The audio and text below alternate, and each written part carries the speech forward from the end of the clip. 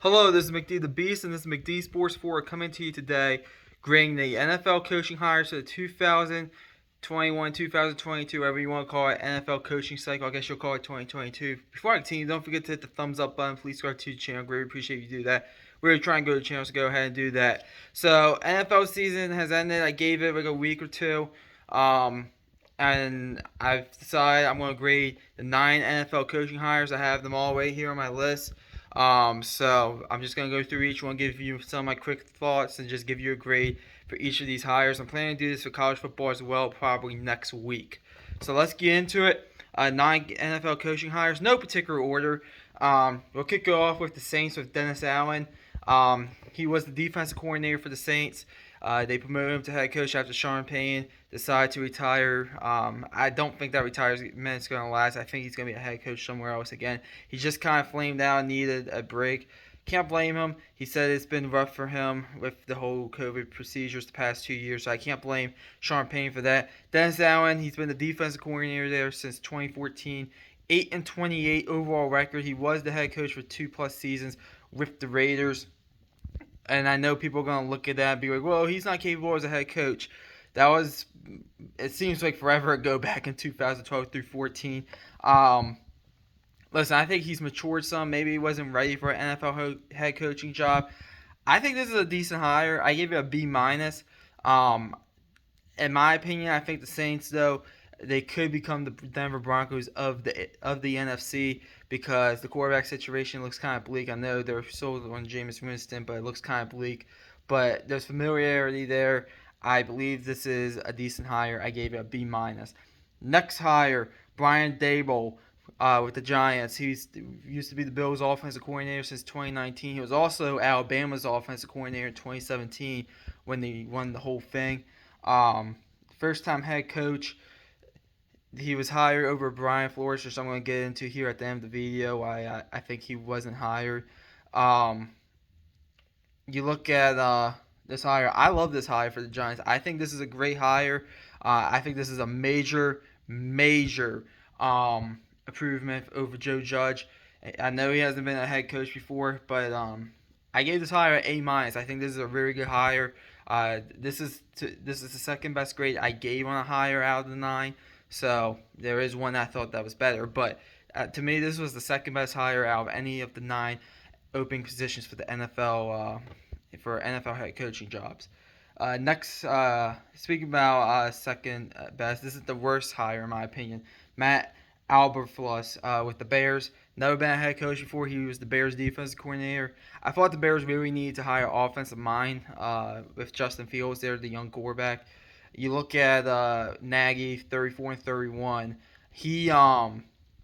I thought he did an okay job in Chicago. I know this past season wasn't good for Matt Nagy, but I mean he did make the playoffs twice. It wasn't like he was a complete bum. He did finish with an above 500 record. I think Nagy will be a head coach somewhere else again. But I don't like this hire for the Bears.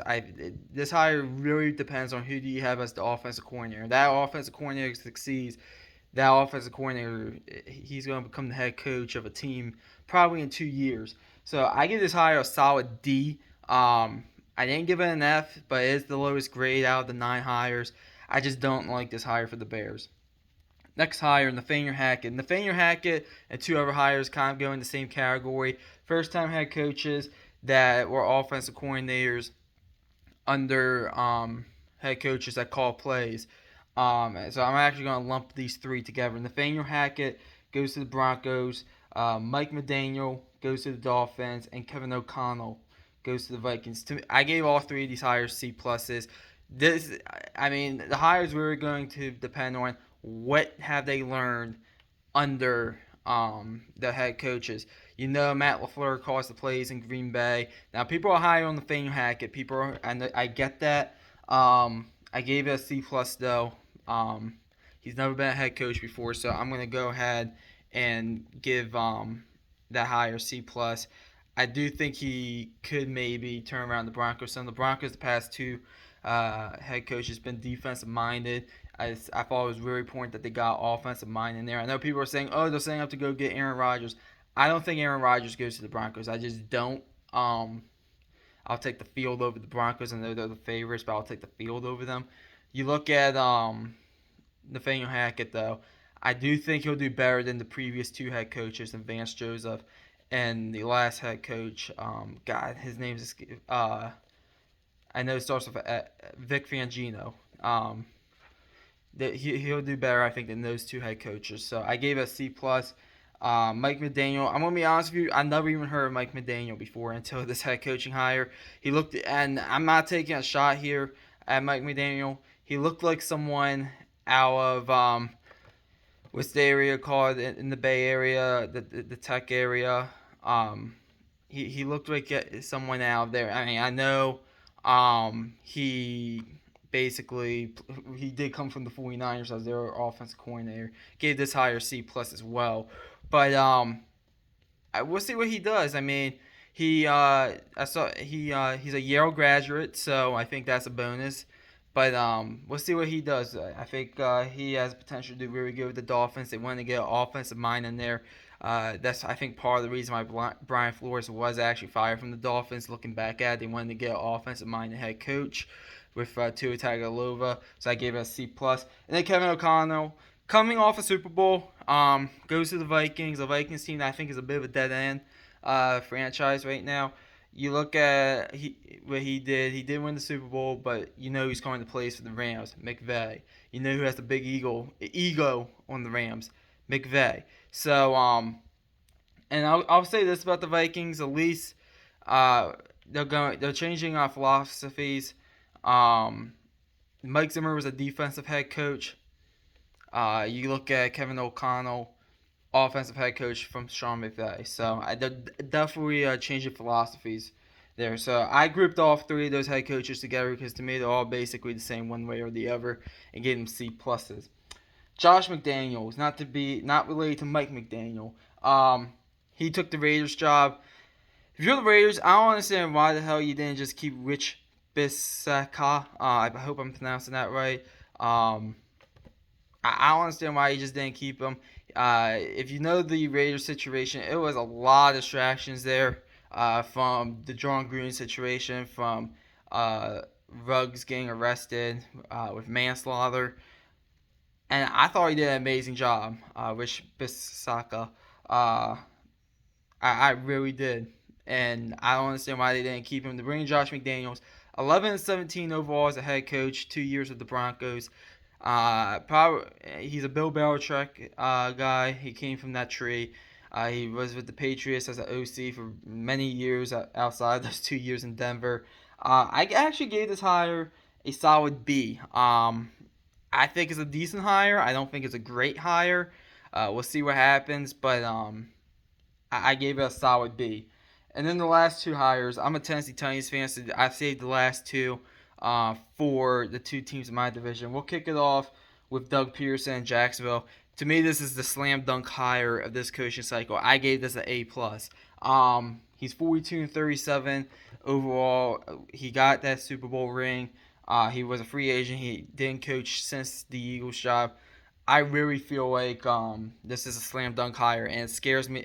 Maybe not year one as a with Doug Peterson, but I could tell you year 3, year 4, and Sad Khan, that guy's a very patient guy. I know he let go of Urban Meyer after I think 13 games or 11 games.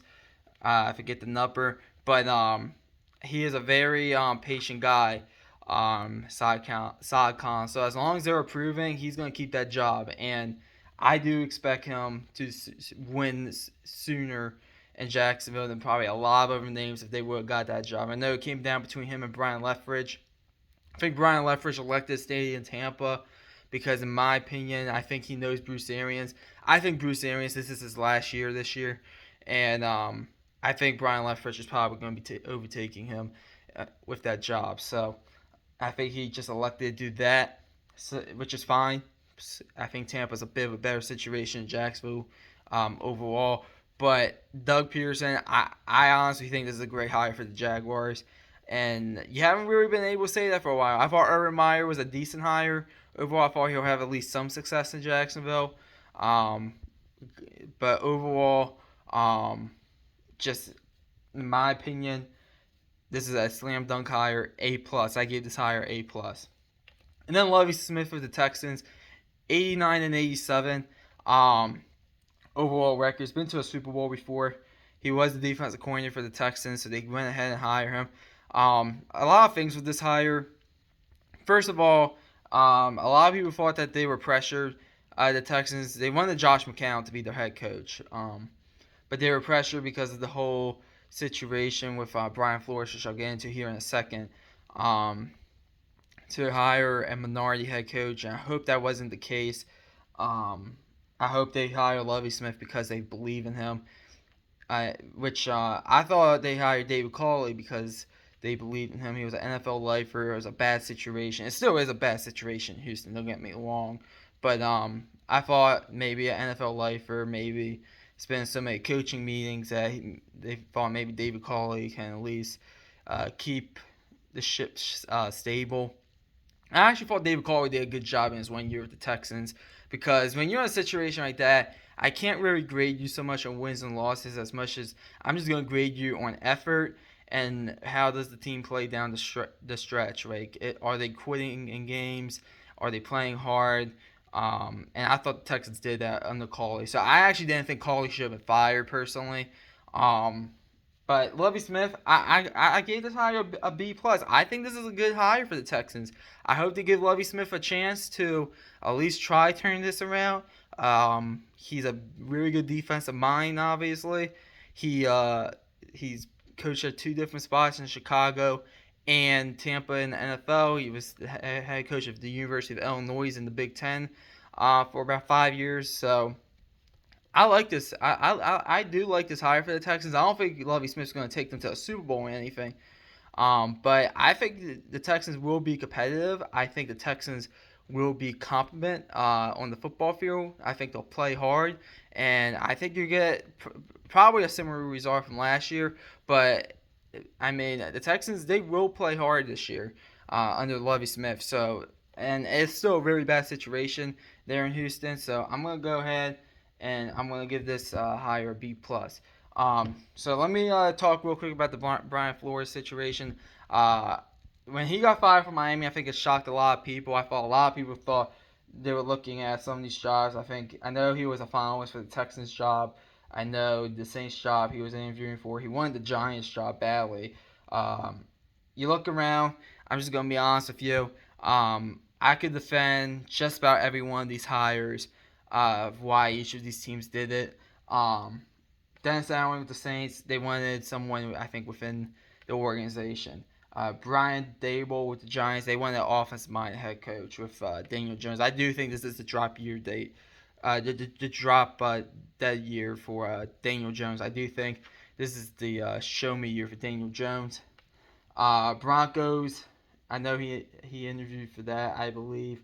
They wanted an offensive-minded head coach after two previous defensive-minded head coaches. Um, the Vikings, I don't think were ever really in play. The Raiders, I don't think were ever in play. Even though if they were, they decided to go with Josh McDaniels. Jaguars, I don't think were ever really in play either. The Texans, I think, were definitely in play. He was a finalist. I think they just went with Lovie Smith because of experience more than anything. I mean, I could also make the argument they chose Lovie Smith because he has a better record than Brian Flores. Brian Flores, he's 24 and 25 over his 3 seasons with the Dolphins. Lovie Smith is 89 and 87 overall record, and these are just regular season records. I'm shouting out here. Um, he's suing the NFL. He's gonna lose that lawsuit. He just says.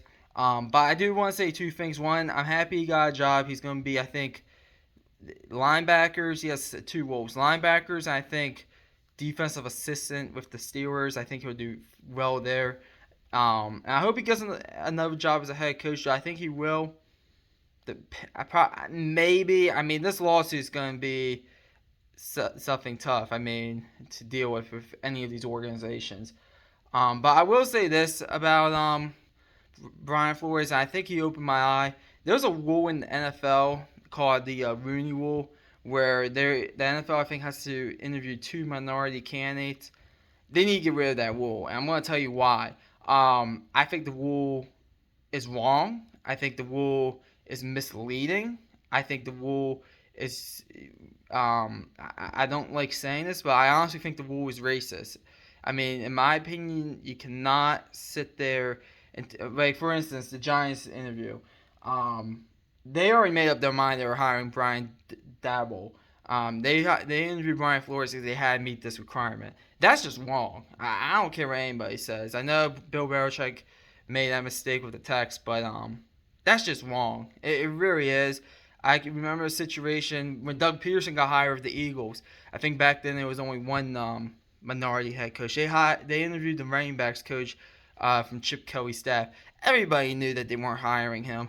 I mean, it's just wrong. It's just an interview that should never really take place. That's not how the world works, in my opinion. Forcing interviews because of someone's skin color, I guess is the correct term. So I think they need to just get rid of the Rooney Rule altogether. I think it's wrong on so many levels, ethically, and just it's just wrong in my opinion. But that's just my opinion. Comment down below. Tell me what you think of these grades for the NFL coaches. Um, Tell me what you think about how these NFL coaches are going to do. Thanks for watching the video. Hit the thumbs up. Please subscribe to your channel. Greatly appreciate you do that. And this is McD the Beast signing off.